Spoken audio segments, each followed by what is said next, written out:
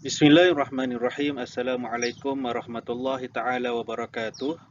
Alhamdulillahi rabbil alamin wassalatu wassalamu ala asyrafil anbiya'i wal mursalin wa ala alihi wa sahbihi ajma'in. Qala rabbi shrah li sadri wa yassir li amri wahlul 'uqdatam min lisani yafqahu qawli.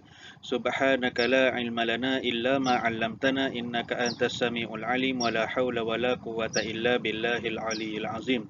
Alhamdulillah, syukur kita kehadrat Allah Subhanahu wa taala kerana dengan izin dan limpah kurnianya dapat lagi kita teruskan siri pembelajaran kita dalam subjek adab, iaitu pada kali ini kita nak berbincang berkaitan dengan adab pelajaran adab tahun 5, iaitu adab dengan pemimpin.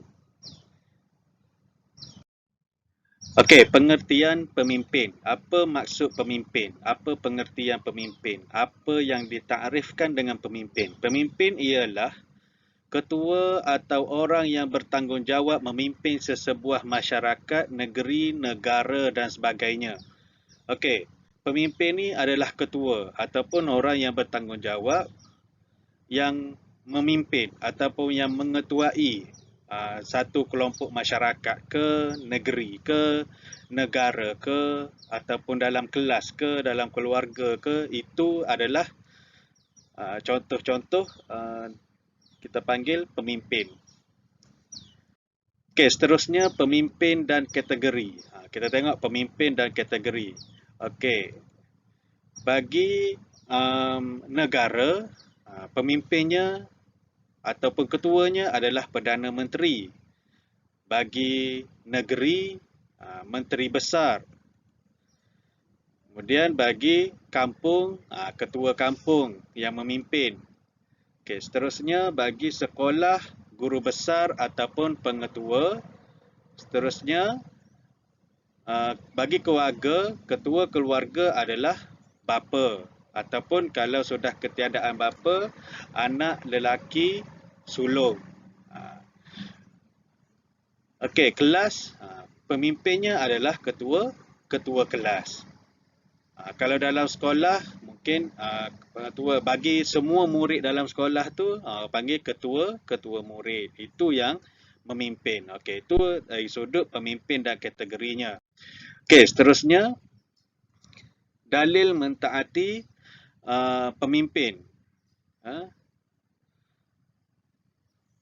Ya ayyuhalladzina amanu atiullaha wa atiur rasul wa ulil amri minkum. Okey, maksudnya wahai orang-orang yang beriman, taatlah kamu kepada Allah dan taatlah kamu kepada Rasul dan taatlah kamu kepada pemimpin dalam kalangan kamu. Okey, seterusnya kita tengok adab dengan pemimpin. Apakah ada adab dengan pemimpin? Okey, yang pertama, bertambah kasih kepada berterima kasih kepada pemimpin. Okey, kita tahu seorang pemimpin dia ada jasanya yang tersendiri, jasa masing-masing mengikut apa yang telah peruntukkan kepada dia. Okey, kita kena berterima kasih kepada pemimpin. Kemudian yang kedua, menghormati pemimpin. Kita kena hormat kepada seorang pemimpin selagi mana seseorang pemimpin itu tidak menyuruh anak buahnya ataupun orang di bawah kepemimpinan dia tu, orang yang di bawahnya tu ke arah yang buruk ataupun ke arah perkara yang tidak diredai oleh Allah. Kita kena hormat kalau selagi mana dia tu seorang yang baik. Dia tak suruh kita lakukan maksiat dan sebagainya, kena hormat kepada pemimpin tersebut. Okey, seterusnya bersifat kasih sayang. Okey, bersifat kasih sayang. Okey, kita kena kasih, kena sayang kepada pemimpin. Okey, seterusnya menasihati dengan cara diplomasi. Okey, kalau ada apa-apa, setiap manusia ni ada melakukan kesalahan dan tak lari daripada kesalahan. Begitu juga dengan pemimpin, mungkin ada kesilapan dan kesalahan yang dilakukan oleh mereka.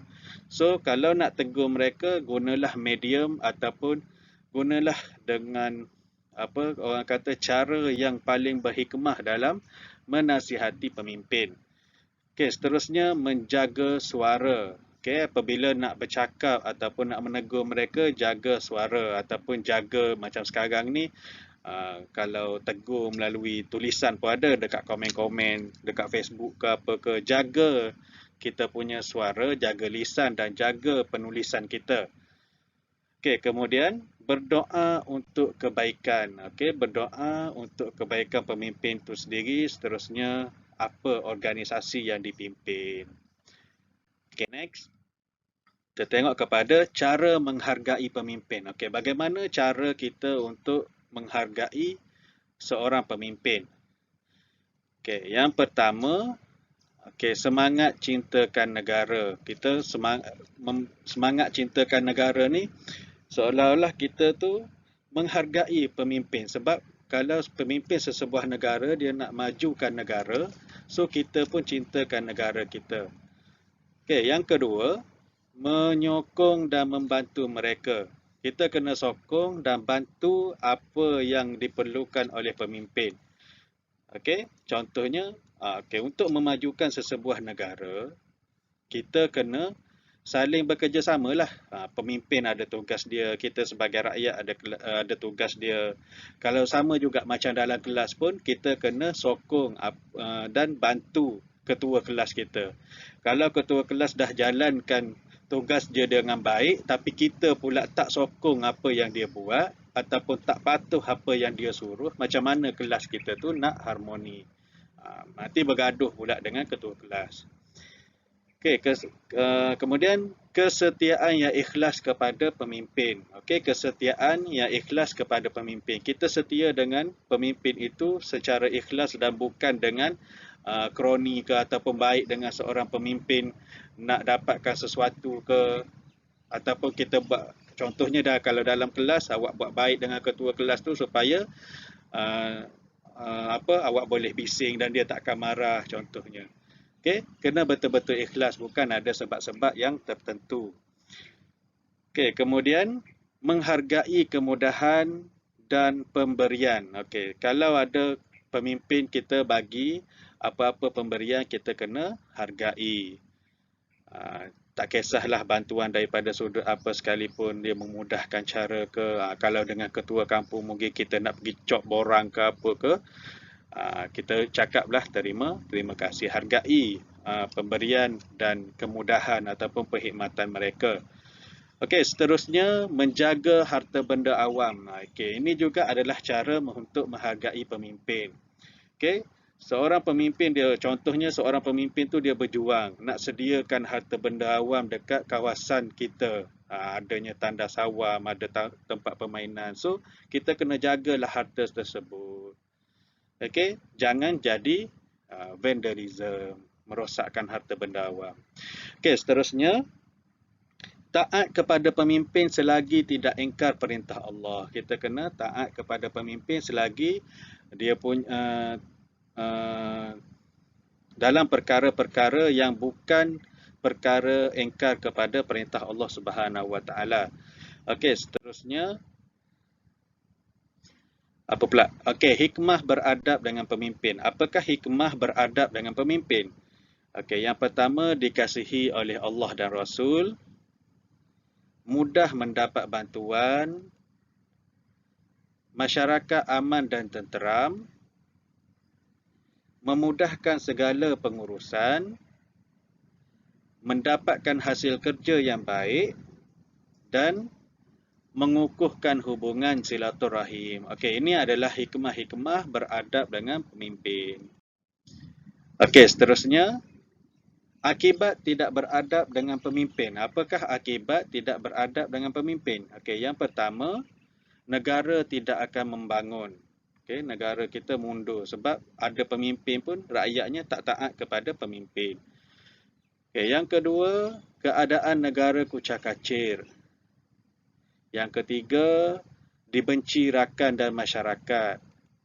Yang keempat, hasil kerja yang teruk. Okey, yang kelima, melambatkan sesuatu urusan. Dan yang terakhir adalah memutuskan hubungan silaturahim. Okey, ini adalah akibat tidak beradab dengan pemimpin. Okey, dan saya rasa sekadar itu saja apa yang kita boleh kongsikan dalam pembelajaran kali ini, iaitu adab dengan pemimpin. Semoga dengan adanya video ini dapat membantu anak-anak pelajar untuk mengulang kaji pelajaran adab tahun 5 dan semoga ianya bermanfaat. Apa yang baik itu datangnya daripada Allah Subhanahu Wa Taala dan yang buruk itu adalah kelemahan diri saya sendiri. Wallahu a'lam bisawab. Assalamualaikum warahmatullahi taala wabarakatuh.